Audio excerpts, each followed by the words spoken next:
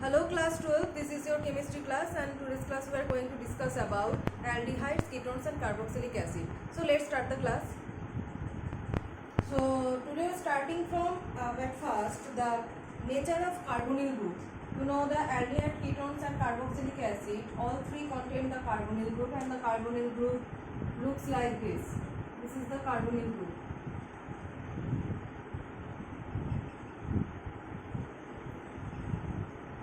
And depending upon the nature of these two hands of this carbon atom, they are termed as either aldehydes, ketones or carboxylic acid. Suppose this one group is any alkyl group and the other hand is hydrogen, then it will be termed as aldehyde. When both hands are alkyl group, then it will be termed as ketone, and when one hand is alkyl group while the other hand bears the hydroxyl group, OH group, then it will be termed as carboxylic acids. So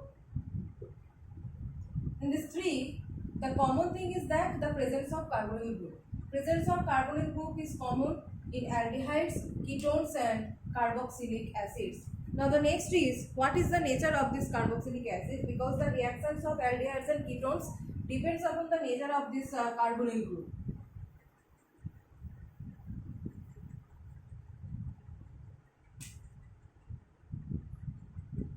Nature of the carbonyl group. So this carbonyl group is actually polar. If you see the carbon atom and oxygen atom, you can identify that they have some difference in their electronegativity. Okay, oxygen is electronegativity of oxygen is greater than that of carbon. That means this double bonded electron pair is shifted towards this oxygen atom. That means this oxygen is more electronegative and that will be delta negative, and the other atom, that is the carbon atom that is attached with the oxygen atom, will be delta positive. So you can see this is the charge separation of the carbonyl group, that is carbon atom is delta positive and oxygen atom is delta negative. So if you do the resonance like this, the shifting will be towards more electronegative atom. So here if you do the resonance, the shifting will be towards oxygen atom, and oxygen atom will be a negative charge and carbon atom will be a positive charge. That means under resonance condition, that is fully positive and negative, and if you see in non-polar condition, then it will be delta positive and delta negative. So both thing you can show, that is the carbon. The first nature of the carbonyl group is that the group is polar. Okay, first thing is that the group is polar, and this carbon atom is electrophilic in nature. Nucleophilic, nucleophile can attack. Yeah, like this. Any negatively charged incoming group, that is the nucleophile. Nucleophile means any lone pair bearing or any negative charge bearing groups that are termed as nucleophile. So this nucleophile can attack to this carbon atom because this carbon atom bears the positive charge, and negative charge always wants to attack to the positively charged carbon atom.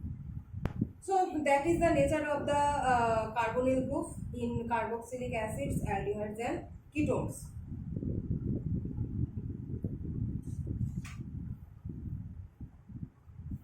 Next is some general methods for the preparation of aldehydes.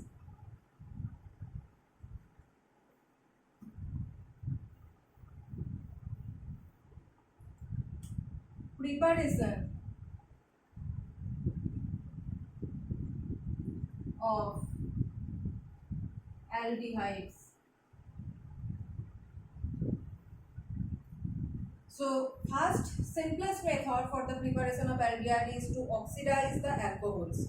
From alcohols we can easily prepare aldehydes by oxidation, but here the nature of the alcohol will be 1 degree. Okay, only 1 degree alcohol can give the aldehyde after oxidation. 2-degree alcohol will give ketone. So while we are preparing the aldehydes, we will must take the alcohol as 1 degree. So the primary alcohol,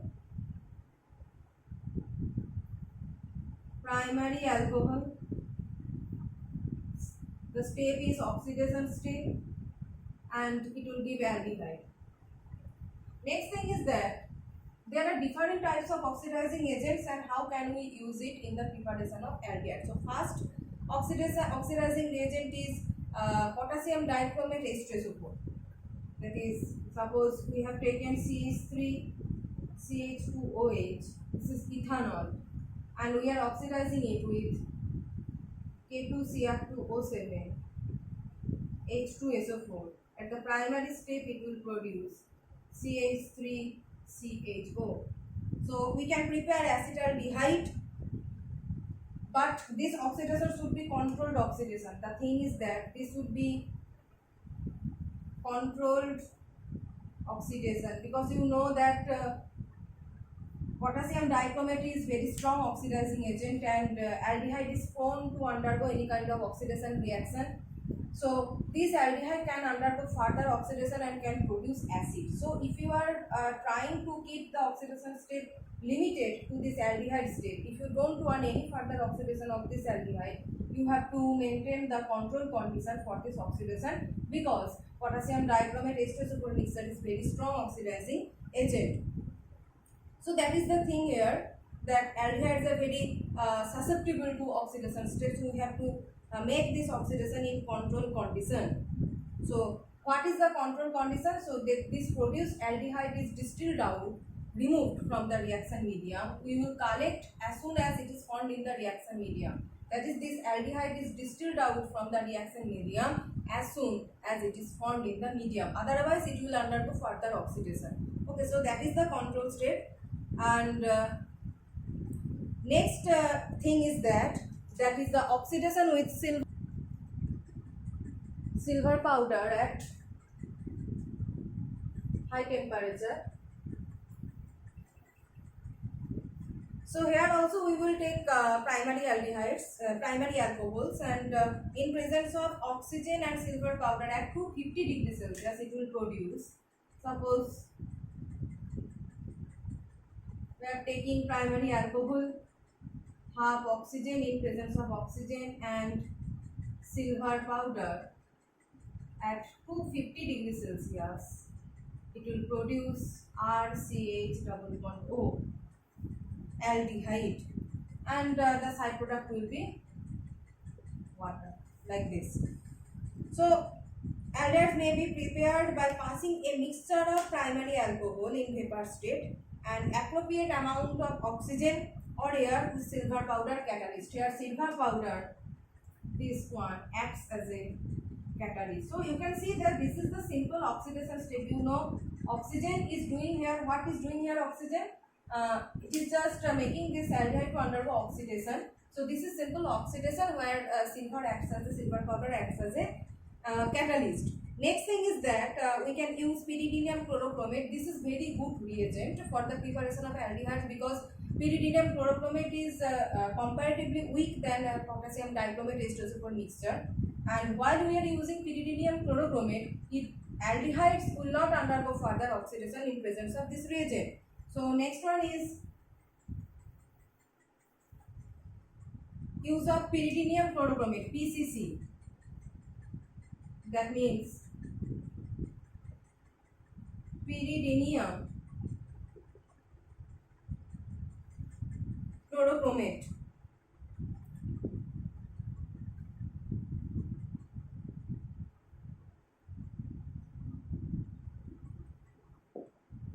Pyridinium chlorochromate or PCC. The structure of pyridinium chlorochromate is like this one is chromate, C5H5N is pyridine dot HCl. So pyridinium chlorochromate. So this one is pyridinium chlorochromate, and this one we can use in solvent. Where solvent is used is CH2Cl2. dichloromethane, CH2Cl2 dichloromethane solvent is used here, and we are using PCC pyridinium chlorochromate, and here the simple oxidation of primary alcohol to aldehyde. And the main utilization of this reagent is that this is advantageous over dichromate and H2SO4 mixture, because dichromate and H2SO4 mixture is strong and we have to make control condition for oxidation. But in case of PCC, PCC is already weak reagent than dichromate and H2SO4. So in case of PCC, we don't have to make any control condition. In presence of PCC, aldehyde will not undergo further oxidation. That is the applicability. And there are other methods for the preparation of aldehydes, that is from calcium salts of carboxylic acid, and the remaining parts we will discuss in the next class.